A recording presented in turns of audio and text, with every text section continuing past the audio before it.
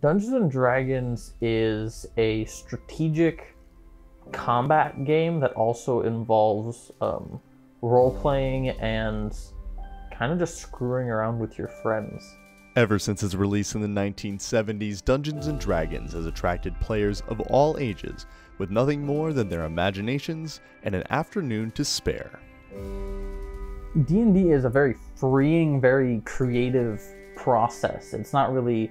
There are a bunch of different rule books and all of these rules that you can do and all of these things that you have to follow, the guidelines. But you can also just throw out all of the rules and not use any of them. You can just do whatever you wanted to.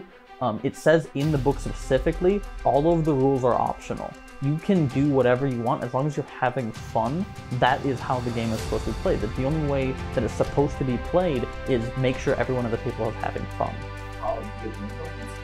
I do. No, I don't. Cool. Turns around, starts going through some drawers. I don't. I do have a different healing. I have things that can heal you, but not potions.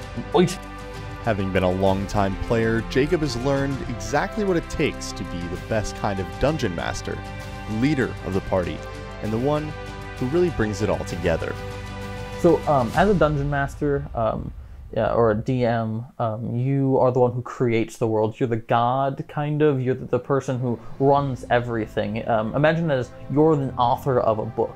You're the one actually writing everything down and creating what's going to happen. Your players, the people also that are around the table, are the characters in the book. You may write the storyline, but they decide what the actual actions that each individual person does. I mean, what enchantments are you looking for? Do you want the blades to start on fire?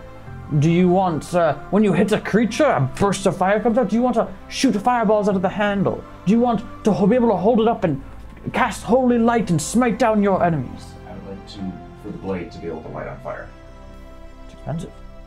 I've watched so many campaigns fold out. I wanted to be the architect. I didn't want to be in someone else's thing anymore. As fun as that was, as much fun as I had, I wanted to start writing. I wanted it's a creative outlet for me.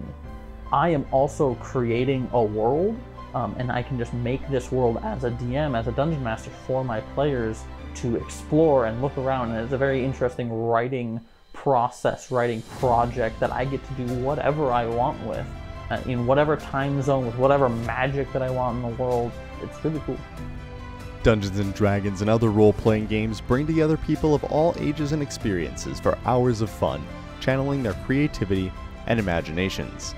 I love being able to write a story, but then suddenly it just changes, you know, without your control. Because if you're writing a book, you are the creator, right? But your characters you're writing into that story, your friends, they are the characters in the story, so they change it, and so you get to have a book that writes itself, and it's awesome. When it comes to a game of imaginations, both Jacob and John agree without ever having met that the only limitation there is you.